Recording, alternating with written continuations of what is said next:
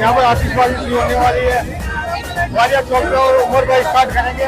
उमर भाई स्टार्ट करेंगे। अब आपका नंबर है। हाँ, आप स्टार्ट करेंगे। हाँ,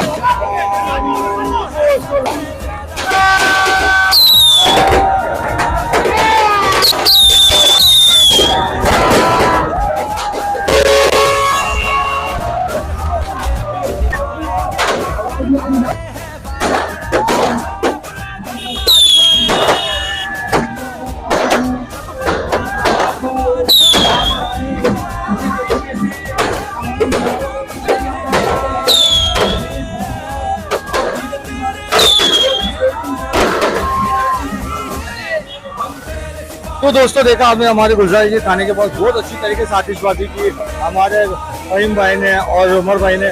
तो दोस्तों बातचीत इस वक्त खत्म हो रही है। बस ये टाइम खत्म हो गया है और आपको इंशाल्लाह ये आतिशबाजी बहुत अच्छी लगेगी।